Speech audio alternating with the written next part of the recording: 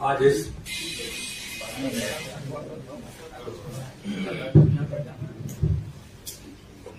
पत्रकार वार्ता में हमारे बीच उपस्थित हमारे प्रदेश के प्रभारी आदरणीय गुरलीधर राव जी, हमारे सभी भोपाल के पत्रकार मित्रों का बहुत स्वागत है। कल 7 नवंबर को भारतीय जनता पार्टी की राष्ट्रीय कार्य समिति की बैठक संपन्न हुई है। ये बैठक पूरे देश भर के अंदर वर्चुअली नई तकनीकी के इस युग में और कोरोना के इस संकट में जो भारतीय जनता पार्टी ने विगत 2 वर्षों से जिस प्रकार से अपने संगठन के काम को जो संचालन किया, उसमें वर्चुअली इस सिस्टम का भी बहुत महत्वपूर्ण योगदान रहा है। तो राष्ट्रीय कार्य समिति की बैठक भी वर्चुअली हुई है। इस बैठक में माननीय राष्ट्रीय अध्यक्ष जी श्री जेपी नड्डा जी की अध्यक्षता में नई दिल्ली में बैठक संपन्न हुई, जिसमें माननीय प्रधानमंत्री जो दुनिया के सबसे ताकतवर नेता आदरणीय नरेंद्र मोदी जी का मार्गदर्शन भारतीय जनता पार्टी के सभी राष्ट्रीय कार्य समिति के सदस्यों को उनका मार्गदर्शन हमें मिला है। भारतीय जनता पार्टी की इस कार्य समिति में प्रारंभिक दौर में ही कोरोना के संकट में देश के ऐसे सभी लोगों को जो कोरोना के संकट के कारण से जो हम सबको छोड़ करके चले गए और समाज के ऐसे कई प्रबुद्ध लोग, तो उनको 2 मिनट का मौन धारण करके शोक प्रस्ताव पारित हुआ।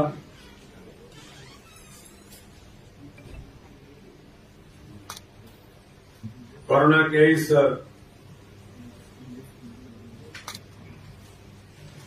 शोक प्रस्ताव में नागरिकों के साथ साथ जो हमारे वरिष्ठ पत्रकार हैं, स्वर्गीय रोहित सरदाना जी से लेकर श्री पुनीत राजकुमार जी तक, और ऐसे कई लोग देश के जिनके नामों का उल्लेख करते हुए भारतीय जनता पार्टी की राष्ट्रीय कार्य समिति ने शोक प्रस्ताव में शोक संवेदना व्यक्त की।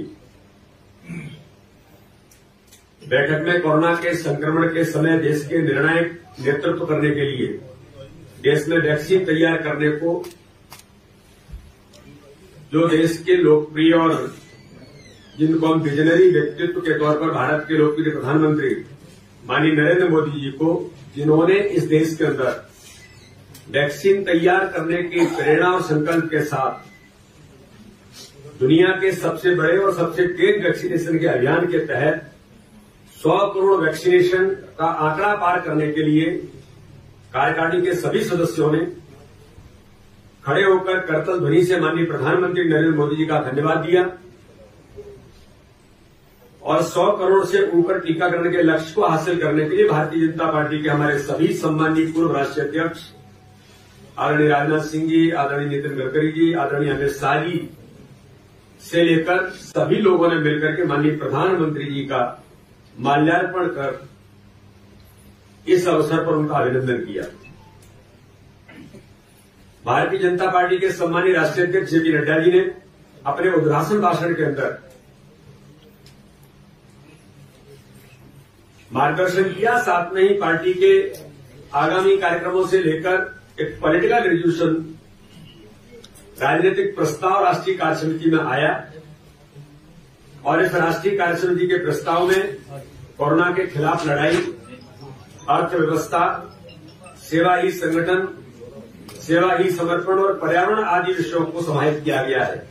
वैसे रिजोल्यूशन जो राष्ट्रीय कार्य समिति ने पारित किया है वो हम सब लोगों के सामने कल आप तक पहुंचा भी है और इस रिजोल्यूशन को उत्तर प्रदेश के हमारे लोकप्रिय मुख्यमंत्री आदरणीय योगी आदित्यनाथ जी ने इसको प्रस्तुत किया और तमिलनाडु के हमारे भारतीय जनता पार्टी के प्रदेश अध्यक्ष श्री अन्नामलाई एवं अन्य वरिष्ठ नेताओं ने इसका समर्थन किया। उन्होंने इस प्रस्ताव को रखा।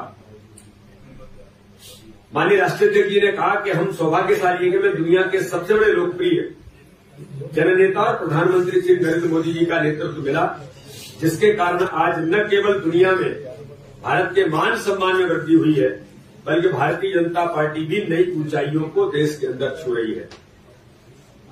और देश को मजबूत, सशक्त और निर्णायक नेतृत्व के लिए यशस्वी प्रधानमंत्री नरेंद्र मोदी जी का आदरणीय राष्ट्रीय अध्यक्ष जी ने भी अभिनंदन किया। पूरे देश भर के अंदर भारतीय जनता पार्टी की राष्ट्रीय कार्यसमिति और माननीय राष्ट्रीय अध्यक्ष जी ने माननीय प्रधानमंत्री जी के अभिनंदन के साथ कहा कि आपने जिस तरह से रोम में G20 और ग्लासगो में COP26 की बैठक में दुनिया को दृष्टि और दिशा दिखाई है, उसकी जितनी सराहना की जाए वो कम है, ऐसा आदरणीय राष्ट्रीय अध्यक्ष जी ने राष्ट्रीय कार्यसमिति में माननीय प्रधानमंत्री जी के अभिनंदन के साथ माननीय प्रधानमंत्री जी को धन्यवाद दिया। माननीय राष्ट्रीय अध्यक्ष जी ने विशेष तौर पर इस बात का उल्लेख अपने उद्बोधन में कहा कि जिस प्रकार से कोरोना के संकट में जो लोग प्रभावित हुए, माननीय प्रधानमंत्री जी ने देश के 80 करोड़ लोगों को, जब भारत के अंदर कोई गरीब भूखा न रहे, तो पिछले फेज के अंदर भी 11 महीने और अभी फिर दूसरा जब फेज आया था उस समय 80 करोड़ लोगों के ये देश के सबसे बड़े खाद्य राहत अभियान प्रधानमंत्री गरीब कल्याण अन्न योजना का जो शुभारंभ किया, जो मार्च से लेकर के नवंबर तक गरीब कल्याण अन्न योजना से देश के 80 करोड़ लोगों को लाभ पहुंचा, इसके लिए भी माननीय प्रधानमंत्री जी का विशेष अभिनंदन माननीय राष्ट्रीय अध्यक्ष जी ने किया।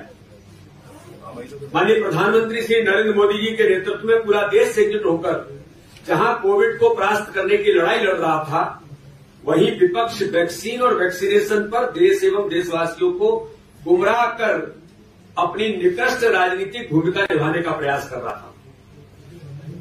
विपक्ष कितनी भी राजनीति करे, लेकिन देश के इतिहास में दर्ज होगा कि माननीय प्रधानमंत्री नरेंद्र मोदी जी के नेतृत्व में उनके प्रयासों से देश में स्वदेशी वैक्सीनेशन का निर्माण हुआ, स्वदेशी वैक्सीन का निर्माण हुआ और मुफ्त में देश की इतनी बड़ी आबादी को वैक्सीन मिला। ये भारत नहीं, दुनिया ने भी इस बात की सराहना की है और पूरे भारत के 130 करोड़ लोगों ने इस बात को प्रत्यक्ष अनुभव देश के अंदर किया है। इस बात का विशेष उल्लेख माननीय राष्ट्रीय अध्यक्ष जी ने माननीय प्रधानमंत्री जी के अभिनंदन के साथ कहा। देश के अंदर कई प्रकार के मुद्दे जो आजादी के बाद जिन पर लगातार देश के अंदर चर्चा होती रही, चाहे धारा 370 का इश्यू होगा, राम मंदिर के निर्माण की बात होगी, ट्रिपल तलाक का विषय होगा या फिर नागरिकता संशोधन कानून की बात जहां पर रही होगी, इन सारे बातों के बारे में माननीय प्रधानमंत्री जी के नेतृत्व में देश के अंदर जो ऐतिहासिक कदम और इन मुद्दों पर एक निर्णायक माननीय प्रधानमंत्री जी के नेतृत्व में जो दिशा देश के अंदर तय हुई, इस पर भी माननीय राष्ट्रीय अध्यक्ष जी ने माननीय प्रधानमंत्री जी का अभिनंदन किया है। देश के अंदर जिस प्रकार से किसानों के बारे में जो चर्चा होती है, किसान नेता माननीय प्रधानमंत्री जी कहने को तो किसान नेता हुए, कई किसान नेता देश के अंदर हुए हैं, लेकिन माननीय प्रधानमंत्री नरेंद्र मोदी जी ने पिछले 7 सालों में कृषि और किसान कल्याण के लिए जो काम किए उसका उल्लेखनीय राष्ट्रीय कार्य समिति में माननीय राष्ट्रीय अध्यक्ष जी ने विशेष तौर पर किया है कि उनके कार्य आजादी के 70 सालों में किसी ने नहीं किए।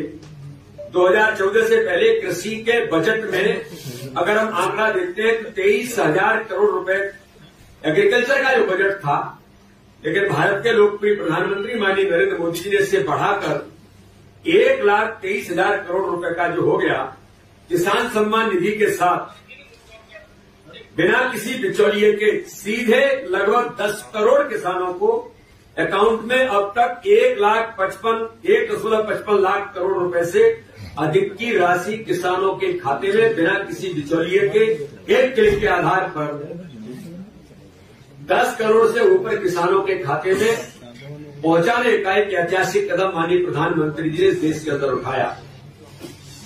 सच्चे अर्थों में अगर हम कहें कि देश के अंदर लोग राजनीति करने का जो प्रयास करते हैं, जैसे किसानों के नाम पर भी लोगों ने जिस प्रकार से राजनीति करने का प्रयास किया, जिसका मैंने उल्लेख किया, लेकिन बाबा साहब अम्बेडकर के बारे में इस भारत के अंदर आजादी के बाद अगर किसी नेतृत्व ने काम करने का प्रयास किया है, उनके मान सम्मान के साथ उनके विचारों को जमीन पर हम कैसे प्रतिपादित करेंगे, तो मुझे कहने में गर्व है माननीय राष्ट्रीय अध्यक्ष जी ने इस बात का विशेष उल्लेख किया कि बाबा साहब, भारत रत्न बाबा साहब अम्बेडकर जी को दुनिया भर में स्थापित करने के लिए जो भारत के लोकप्रिय प्रधानमंत्री मोदी जी ने जो कदम उठाए, चाहे उनके पंच तीर्थ का विकास हो या बाबा साहब अम्बेडकर के विचारों को जन जन तक पहुंचाने की बात हो, ये ऐतिहासिक कदम इस देश के अंदर भारत के लोकप्रिय प्रधानमंत्री माननीय नरेंद्र मोदी जी ने उठाया है।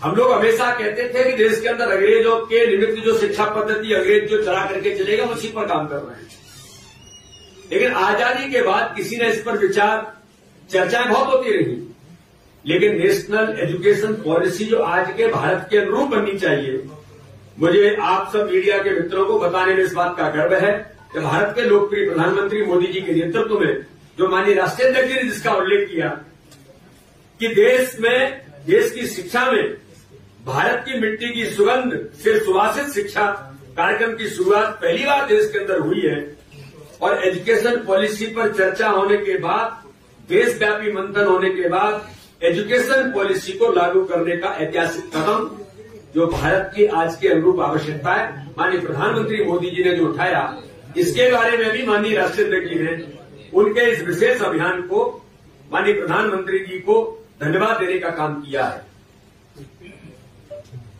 अगर हम लोग इसके बारे में बात करते हैं कि जिस प्रकार से पंजाब के अंदर या देश के हमारे सिख समुदाय में प्रधानमंत्री श्री नरेंद्र मोदी जी ने सिख भाइयों के हित में जितने कार्य किए हैं, उतने आज तक के इतिहास में किसी नेतृत्व ने नहीं किए। आदरणीय प्रधानमंत्री जी की प्रेरणा से श्री हरिमंदिर साहब के लिए FCRA रजिस्ट्रेशन जो ग्रांट हुआ है, एक बड़ा ऐतिहासिक कदम माननीय प्रधानमंत्री ने उठाया कि उन्हें जो विदेशी योगदान मिलना जो पहले नहीं मिलता था, उसको लागू करके FCRA रजिस्ट्रेशन ग्रांट करने के बाद जो विदेशी योगदान मिलना जो शुरू हो गया, ये ऐतिहासिक कार्य माननीय प्रधानमंत्री नरेंद्र मोदी जी के समय में हुआ, जबकि कई सिख भाई भी शासन में आए, लेकिन किसी ने इस प्रकार के कदम इस देश के अंदर नहीं उठाए थे। पश्चिम बंगाल के अंदर विधानसभा के चुनाव के बाद जिस प्रकार से राज्य सरकार के संरक्षण में हिंसा का तांडव मचाया गया, महिलाओं के साथ अनाचार किया गया, आगजनी की गई और निर्दोष नागरिकों की हत्या की गई, भारतीय जनता पार्टी के कार्यकर्ताओं पर जिस प्रकार से बलात् आक्रमण किए गए, ये निंदनीय तो है ही, इसकी भर्त्सना तो करनी ही चाहिए। लेकिन भारतीय जनता पार्टी के सम्मानित राष्ट्रीय अध्यक्ष जी ने कहा, हम चुप बैठने वाले नहीं हैं, हम प्रजातांत्रिक रूप से भारतीय जनता पार्टी के कार्यकर्ताओं के लिए निर्णायक लड़ाई लड़ेंगे और कमल बंगा पश्चिम बंगाल के अंदर खिलाएंगे। इस संकल्प के साथ माननीय राष्ट्रीय अध्यक्ष जी ने इस राष्ट्रीय कार्य समिति में उन सभी भारतीय जनता पार्टी के कार्यकर्ताओं को जो बंगाल में लोकतंत्र पर आघात करने वाले उस नेतृत्व के खिलाफ लड़ाई लड़ने वाले कार्यकर्ताओं को संबल देने का काम किया है। माननीय राष्ट्रीय अध्यक्ष जी ने जहां पर हम लोग सत्ता में नहीं आए, चाहे वो तमिलनाडु होगा, उड़ीसा होगा, तेलंगाना होगा, आंध्र प्रदेश के अंदर, केरल और पश्चिम बंगाल के अंदर सरकार बनाने के लिए भारतीय जनता पार्टी संकल्पित है। इसका विशेष उल्लेख और भारतीय जनता पार्टी के कार्यकर्ताओं के राज्यों में आह्वान के साथ ताकत देने का काम इस राष्ट्रीय कार्य समिति के अंदर संकल्प के साथ हम आगे बढ़े हैं। महाराष्ट्र में जिस प्रकार से जो महाअघाड़ी की सरकार महावसूली और भ्रष्टाचार में लिप्त है, उसे उखाड़ फेंकते हुए महाराष्ट्र की जनता को निजात दिलानी है। झारखंड और छत्तीसगढ़ में भी सांप्रदायिक जो सांप्रदायिक तनाव, नक्सलवाद और भ्रष्टाचार चरम पर है। हमें इन राज्यों में भी सरकार की नाकामी का मुद्दा बनाते हुए भाजपा की सरकार बनाएंगे। राजस्थान में आए दिन महिलाओं के साथ अनाचार की जो घटनाएं हो रही है, दलितों पर अत्याचार हो रहा है, लेकिन वहां की कांग्रेस सरकार कानों में रुई डाले बैठी है। ऐसी राजस्थान में भी सरकार बनाने का संकल्प कटिबद्ध होकर के भारतीय जनता पार्टी के कार्यकर्ताओं को माननीय प्रधानमंत्री ने संकल्प दिलाने का काम किया है, माननीय राष्ट्रीय अध्यक्ष जी ने। और राष्ट्रीय कार्य समिति के अंदर जो विशेष प्रकार के अभियान कार्यक्रम माननीय राष्ट्रीय अध्यक्ष जी ने राष्ट्रीय कार्य समिति में डिक्लेयर किए, मैं आपके सामने उनको रखना चाहता हूं कि आगामी समय में 25 दिसंबर भारतीय जनता पार्टी के हमारे लोकप्रिय नेता श्रद्धेय अटल बिहारी वाजपेयी जी के जन्म दिवस के जन्म जयंती के अवसर तक 8 लाख बूथों पर हमारी कमेटी बनी है, लेकिन आगामी 25 दिसंबर तक पूरे देश के अंदर बाकी बचे हुए बूथों पर कमेटी गठन करने का काम, जो हमारी बूथ समिति है उसके गठन करने का काम 25 दिसंबर तक हम पूरे देश के अंदर माननीय राष्ट्रीय अध्यक्ष जी ने भारतीय जनता पार्टी के सभी राज्य की इकाइयों को इसका आह्वान किया है। और पन्ना प्रमुख बनाने का काम भी 6 अप्रैल 2022 तक हम अपने सभी राज्यों में पूरा करेंगे। मध्य प्रदेश भी अपने इस काम में जुट करके इस लक्ष्य को पूरा करने का प्रयास हम सब लोग मिलकर के करेंगे।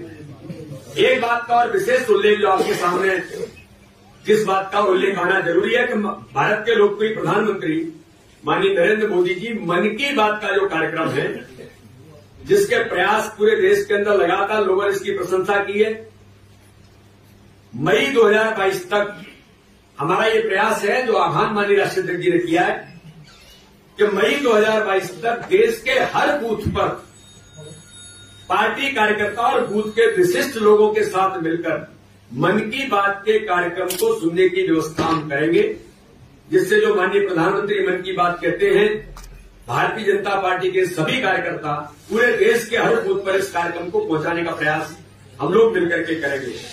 और वैक्सीनेशन का जो महाअभियान है, जो सेकेंड डोज के बारे में माननीय प्रधानमंत्री जी ने आह्वान किया है, माननीय राष्ट्रीय अध्यक्ष जी ने भारतीय जनता पार्टी के कार्यकर्ताओं को जो एक टारगेट दिया है कि घर घर दस्तक अभियान, यानी सेकेंड डोज भी लोगों को 130 करोड़ जनता में जिन लोगों को वैक्सीनेशन होना है, जो पहले डोज में हमने इतिहास बनाया है, इसी प्रकार से भारतीय जनता पार्टी के कार्यकर्ता सरकार के साथ सहयोगी भूमिका में आकर के लोगों को घर घर दस्तक देकर सेकेंड डोज वैक्सीनेशन भी बड़े पैमाने पर हो और लोगों की जान बचाने में, लोगों को इस कोरोना के महामारी के संकट से बाहर निकालने में भारतीय जनता पार्टी के कार्यकर्ता अपनी महत्वपूर्ण भूमिका निभाएंगे।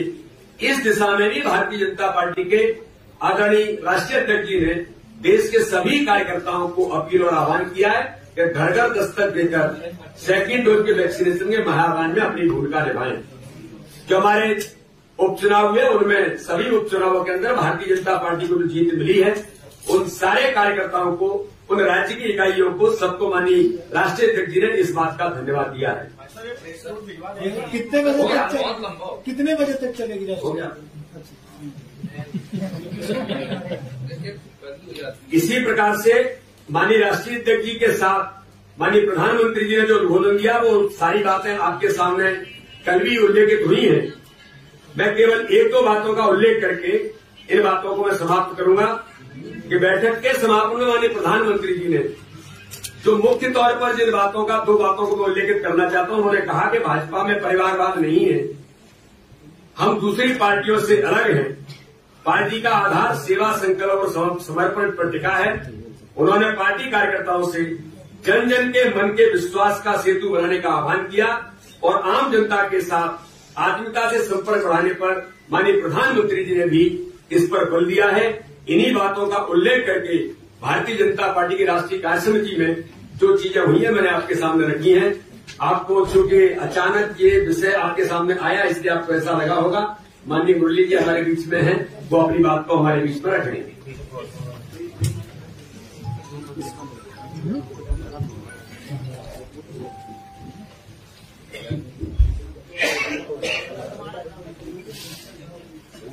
सभी पत्रकार मित्रों का आज के इस वार्ता में स्वागत करता हूं और बहुत संक्षिप्त में मैं अपने ओर से बात रखता हूं ताकि आप लोगों को ऐसा न लगे। डिटेल में रखिए, आपसे डिटेल सुन लेंगे जिससे तो थोड़ा आगे होगा। पत्रकारों के साथ थोड़ा सावधान रहना पड़ता है, क्योंकि आप सोचिए कि हम लोग है ही आप लोगों का समय सबसे महत्वपूर्ण है। एक तो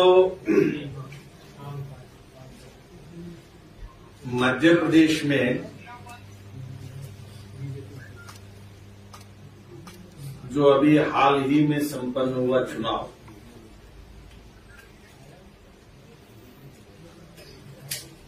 अब एक बात आपको मैं आपके ध्यान में लाना चाहता हूं। पहले भी हमने बताया था, तो उसको कहने से पहले मैं इससे शुरुआत करूंगा कि मध्य प्रदेश में पार्टी के नेतृत्व में चलने वाला सरकार, शिवराज सिंह जी के सीएम के नेतृत्व में चलने वाली सरकार और हमारे प्रदेश अध्यक्ष विष्णुदत्त जी के नेतृत्व में चलने वाली पार्टी, ये दोनों जिस समन्वय के साथ, जैसे एक रस्सी में दो जो धाराएं होती है और उनके बीच में जिस प्रकार के समन्वय रहता है और जो कसाव रहता है, उसी प्रकार के इस चुनाव में एक तरफ सरकार और दूसरे तरफ पार्टी पूर्ण रूप से गतिशील और सक्रिय और प्रभावकारी भूमिका निभा रहा है। और जिसके रहते हुए आपको भी ध्यान में है कि जिन क्षेत्रों में हम चुनाव जीते हैं, विशेषकर पृथ्वीपुर और जोवट, ये पार्टी की दृष्टि से कोई मजबूत इलाके नहीं माने जाते रहे। और चुनाव से पहले कई लोगों को एक प्रकार से धारणा रही है कि बड़ा कठिन है और बड़ी चुनौतीपूर्ण है। और ऐसे दो चुनाव क्षेत्रों को जहां न केवल वर्तमान में ऐतिहासिक दृष्टि से भी हमारी पार्टी कोई बहुत अच्छा ट्रैक रिकॉर्ड रखने वाला क्षेत्र नहीं था, तो मैं संपूर्ण श्रेय हमारे मुख्यमंत्री जी और हमारे पार्टी अध्यक्ष जी के नेतृत्व में जो सारे लोग लगे हैं और एक चुनौतीपूर्ण सफलता को हासिल किया है। और हम पार्टी के ओर से राष्ट्रीय नेतृत्व भी और संपूर्ण राष्ट्रीय स्तर की नेतृत्व इस विषय पर, इस सफलता पर हमने अभिनंदन किया है। और यह रेखांकित करने वाला विक्ट्री है। It is not an ordinary victory, we feel it as extraordinary victory. Khandwa में रिटेन किया और उससे भी ज्यादा ये दो क्षेत्रों में जिस प्रकार से हमने विजय हासिल किया है, ये कार्यकर्ताओं के भविष्य में मनोबल बढ़ाने वाला, हौसला बढ़ाने वाला ये रहा है। और दूसरे महत्वपूर्ण जो मैंने शुरुआत में कहा आप लोगों के सामने,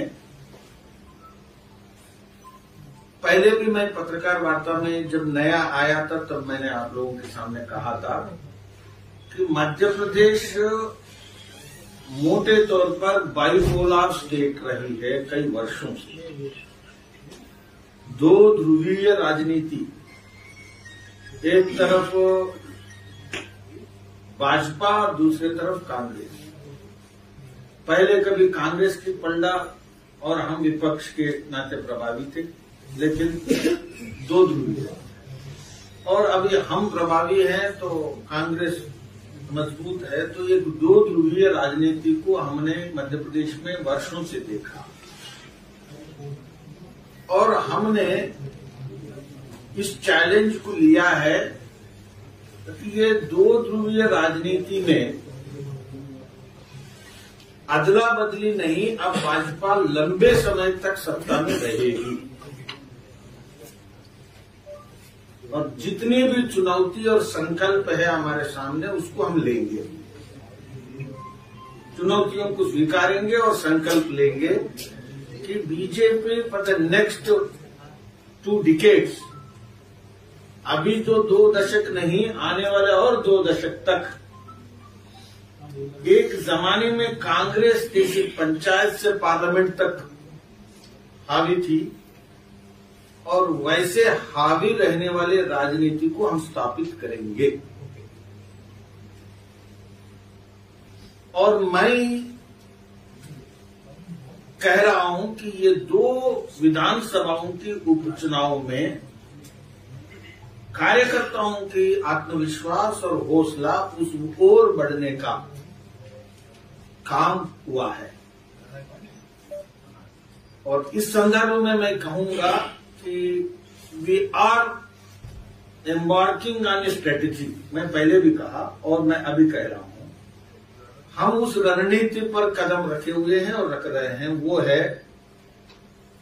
एडिंग 11% वोट टू बीजेपी। हम अब आने वाले दिनों में 50-51% पर हमारा वोट शेयर रहना है। हमारा जो आगे के पार्टी के लिए, प्रदेश की इकाई के नेतृत्व के लिए हमने चुनौती ये स्वीकार किया है और उस ओर कदम बढ़ा रहे हैं। मैंने पिछली बार प्रकारांतर में इस प्रकार की बात कही है कि बीजेपी's टारगेट विल बी 50% मोर, 50+%। तो इसका मतलब है 10 से 11% वोट बीजेपी को बढ़ाना। और ये 2 उपचुनावों ने हमें इस ओर बढ़ाने के लिए कार्यकर्ताओं को प्रेरित कर दिया है। और इसको हम आने वाले दिनों में कैसे करने जा रहे हैं, तो मैं डिटेल्स में नहीं जाऊंगा कैसे करने जा रहे हैं, लेकिन ब्रॉडली मैं आपको बता रहा हूं। हम कोई प्रदेश में बैठकर मैप नहीं बनाएंगे। हमारा बॉटम अप, हमें हर बूथ को, ये हमारे कार्यकर्ताओं की पार्टी आप जानते हैं, और पूरे देश में आज कोई कार्यकर्ता, कहने वाले कार्यकर्ता रखने जिनके साथ है, ऐसा केवल हमारी पार्टी है। जो लोग हमारे पार्टी के सिद्धांत और पार्टी को कई बार नहीं मानते हैं, वे भी ये मानते हैं कि ये कार्यकर्ता की पार्टी है। ऐसे में हम अब टारगेट बनाने जा रहे हैं, एवरी बूथ एड 10%। आज जहां बूथ है, जहां पर उसको X वोट मिला है, तो उसको मैपिंग करना है कि X+10। आज कोई बूथ कमजोर है, 30% है, तो मिनिमम 10 ऐड कर। ऐसा करके हम, ऐसा नहीं कि एवरेज 11% बढ़ाना है और स्टेट में कोई मैप कर दिया, ऐसा नहीं। हम बूथ के साथ बैठने वाले हैं और बूथ कमिटी को बिठाने वाले हैं और उनका वोट उनके सामने रखने वाले हैं। और उसके बाद हम कहां कम कहां, ऐसा करते हुए booth committee will prepare a road map to add 10%।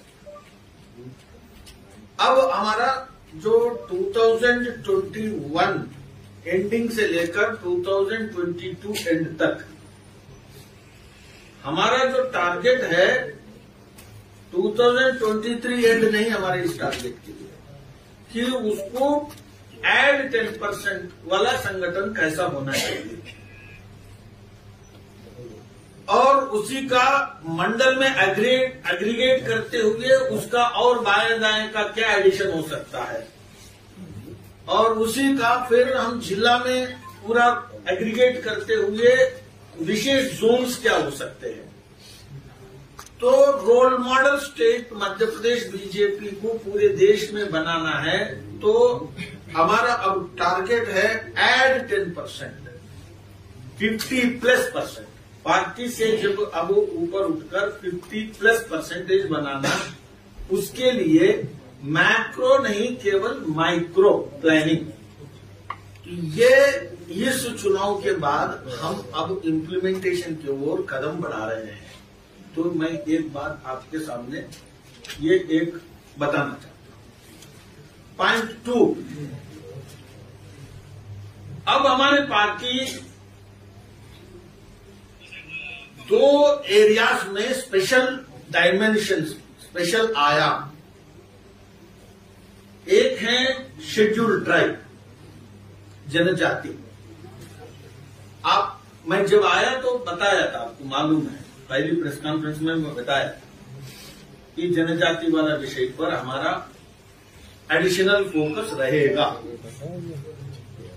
क्योंकि हमने उस समय की हमारी जो स्थिति है, हम सरकार ना बनाने के पीछे उस समय हम जितनी सीट जीतना है नहीं जीत पाए, इसके पीछे सब आकलन करने के बाद we have found what is the area where we need to focus. तो हमने एसटी कहा, और आपने गत 2-3 महीनों में जो देखा है कि BJP government and BJP party both in their own way ST पर फोकस करना शुरू हुआ है, और आपको ध्यान में आया, और जोवट में उस लाइन को समर्थन मिला है। आदरणीय मुख्यमंत्री जी और हमारे प्रदेश अध्यक्ष झाबुआ में स्पेशल प्रोग्राम किया, और अमित शाह जी के नेतृत्व में जबलपुर में स्पेशल प्रोग्राम किया।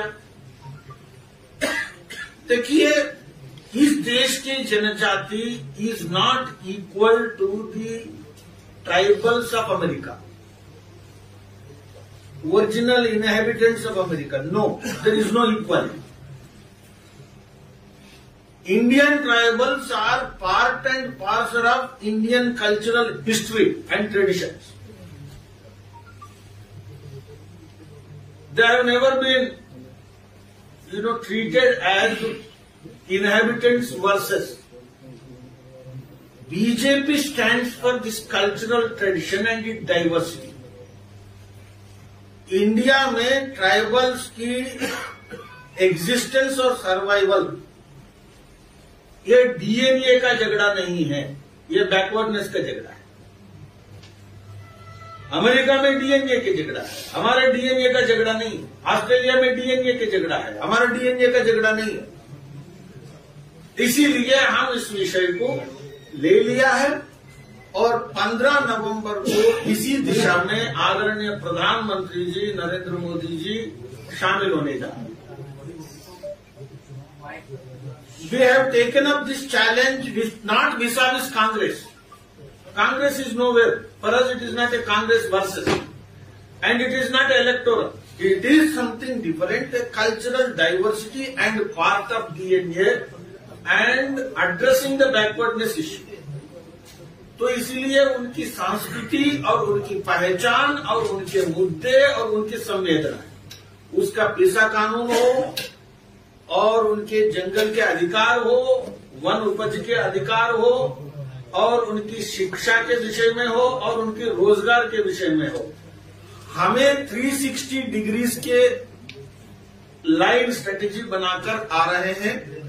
और बाय द टाइम 2022 एंड होते होते हमारी ये सारी चीजों को हासिल करेंगे, और जनजाति समाज भाजपा के बीच में कोई और गैप नहीं रहेगा। So this will be a strategy for BJP, both government led by Shivraj ji and the party led by Vishnu ji. So this is going to be a challenge and strategy for the BJP. मैं एक बात आपको, एक dimension हम उसी line में जाने वाले हैं, वो है शेड्यूल्ड कास्ट आउटरीच। क्योंकि हमारा कमिटमेंट अगेन सोशल है, कल्चरल है, और बैकवर्डनेस के साथ है। हमारे मोदी जी ने जैसे पंचतीर्थ के बारे में कहा, और शिवराज जी ने अंबेडकर जी के साथ जिस प्रकार से जोड़ा सरकार का, अब आने वाले दिनों में BJP special focus again and outreach will be on SCs. Party scheduled caste के बस्तियों में और उनके मुद्दों के साथ जाएगी और पहचान बनेगी और हमारे पार्टी शेड्यूल्ड कास्ट के लिए लड़ने वाली पार्टी है, ये रहेगा। और ओबीसी और एमबीसी ये सब चीजों के बारे में हमारा कमिटमेंट है और हम आगे बढ़ेंगे। तो मेरा जो कहना है कि बीजेपी, मैंने 3 डायमेंशंस बताया। एक, संगठन के ओर से पूरे समाज में हर बूथ में 10% वहां मैपिंग होगी, और सेकंड, स्टेट में मार्जिनलाइज्ड और बैकवर्ड सेक्शंस में एसटी, एससी और ओबीसी में हम फोकस करेंगे। और एक इम्पॉर्टेंट है कि हमारा एस्पिरेशनल यूथ मध्य प्रदेश को उत्तम प्रदेश और मध्य प्रदेश को न्यू इंडिया में एक नए मजबूत स्टार्ट देना है। तो इसके विषय में फ्यूचरिस्टिक एस्पिरेशंस के साथ ये ऑर्गेनाइजेशन को करने का काम किया है और करने वाले हैं। और इसमें अंत में कांग्रेस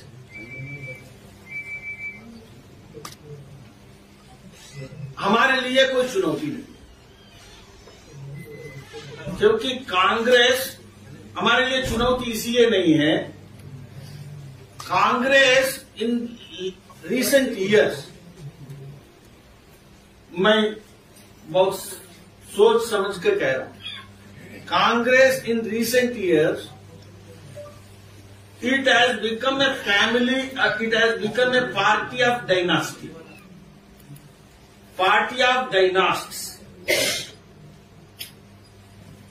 और party aligned with dynastic interests,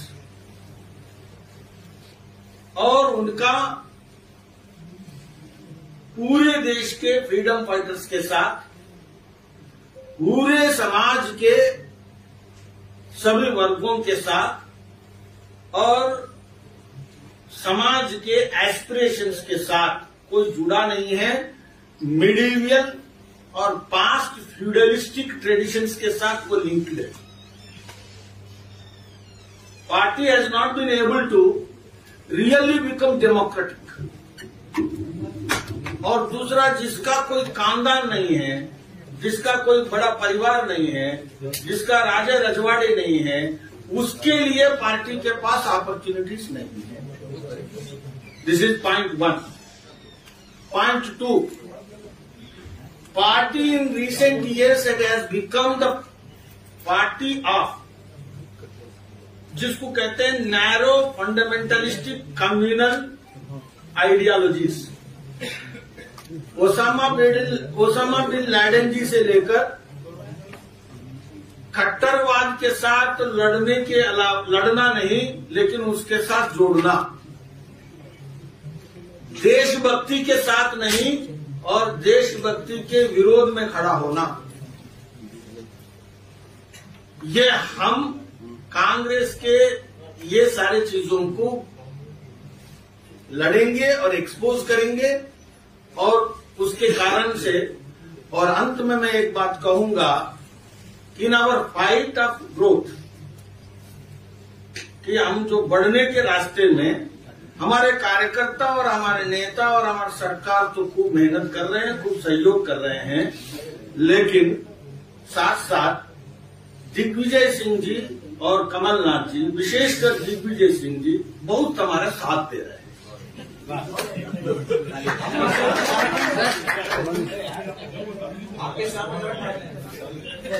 बहुत साथ दे रहे हैं, क्योंकि by displaying true colours of Congress, हमारे साथ कैसे दे रहे हैं, कांग्रेस के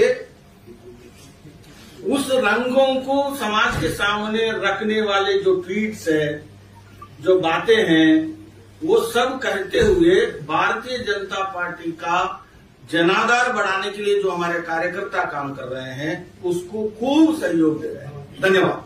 सर, राष्ट्रीय कार्य समिति में मोदी जी ने ये कहा कि हवा में ना उड़े, जमीन में अपनी योजनाओं को क्या लगता है मध्य प्रदेश में हवा में भाजपा के नेता?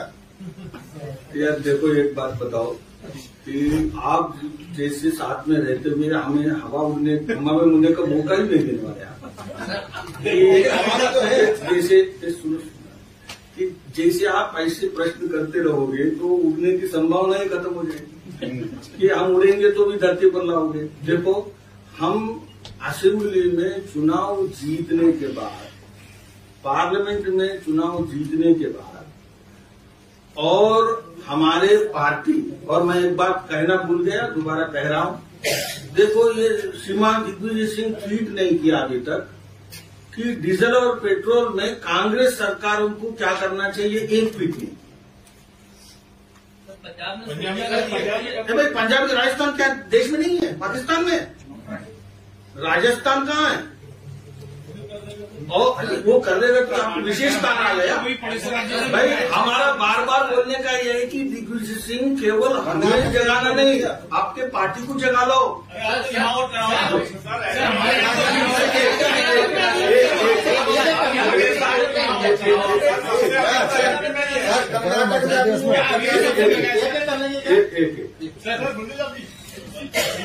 मामले में आपके गृह राज्य तेलंगाना में वहाँ के सीएम ने, वहाँ के आपके प्रेसिडेंट को, जो संजय कुमार है, जो भाजपा के अध्यक्ष है, उनको जवान काटने की धमकी दी है। अरे भाई साहब, मैं बताऊं, आप विषय ये कह रहे हैं, वो पेट्रोल डीजल के बारे में नहीं दिया। और सुनिए, वो क्या है, देखो, जवान काटने की धमकी जो चंद्रशेखर राव ने दिया है, तो आप जानते हो कि वो भाजपा का बहुत सेवा कर रहा है कि लोकतंत्र के विरोध में जो भाषा होती है उस भाषा के कारण कोई लाभ नहीं होने वाला। और हमारा जुबान काटेंगे, अगर ऐसे धमकी देने से हम पार्टी छोड़ के जाने वाले हैं, हमारा राजनीति छोड़ के जाने वाले हैं, हमारे कार्यकर्ता भाग जाएंगे, ऐसा कोई इतिहास नहीं है। इसलिए हम सामना करेंगे। हम तेलंगाना में चुनाव जीता है तो परेशानी गर्मी लग गई नीचे से, तो इसलिए एक बात कर लो।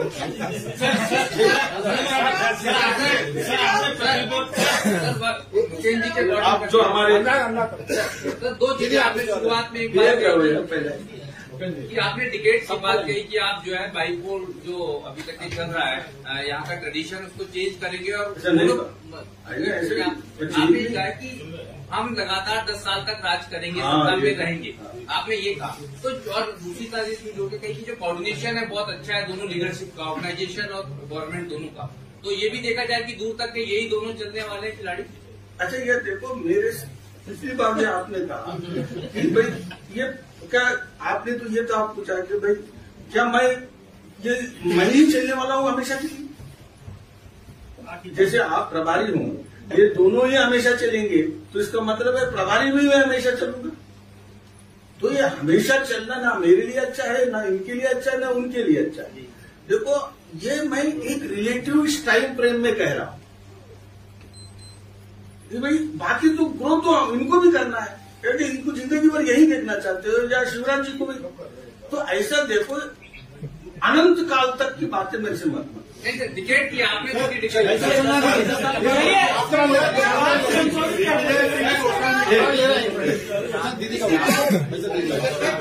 You said that BJP is the party of workers.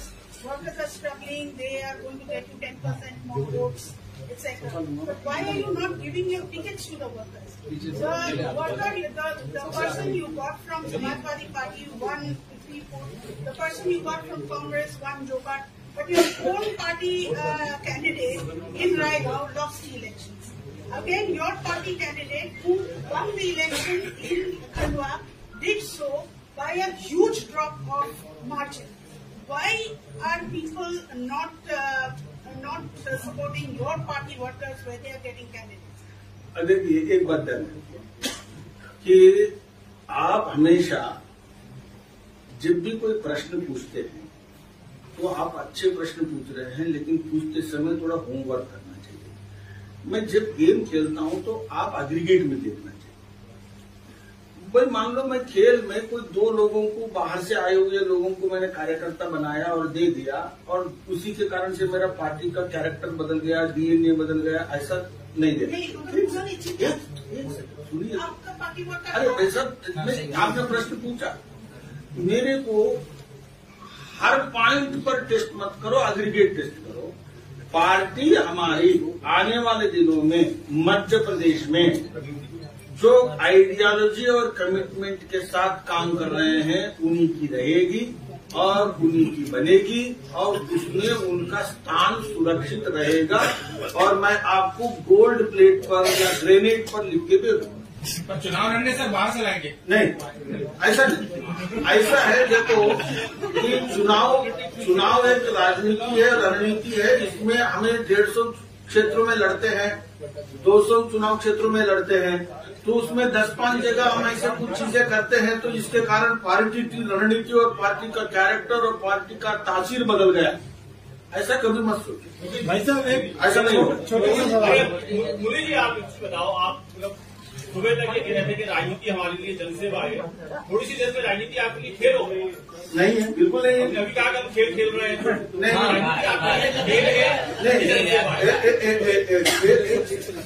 एक सेकंड, आप लोग देखिए कि हमारे लिए जनसेवा है, लेकिन चुनाव एक युद्ध भी है।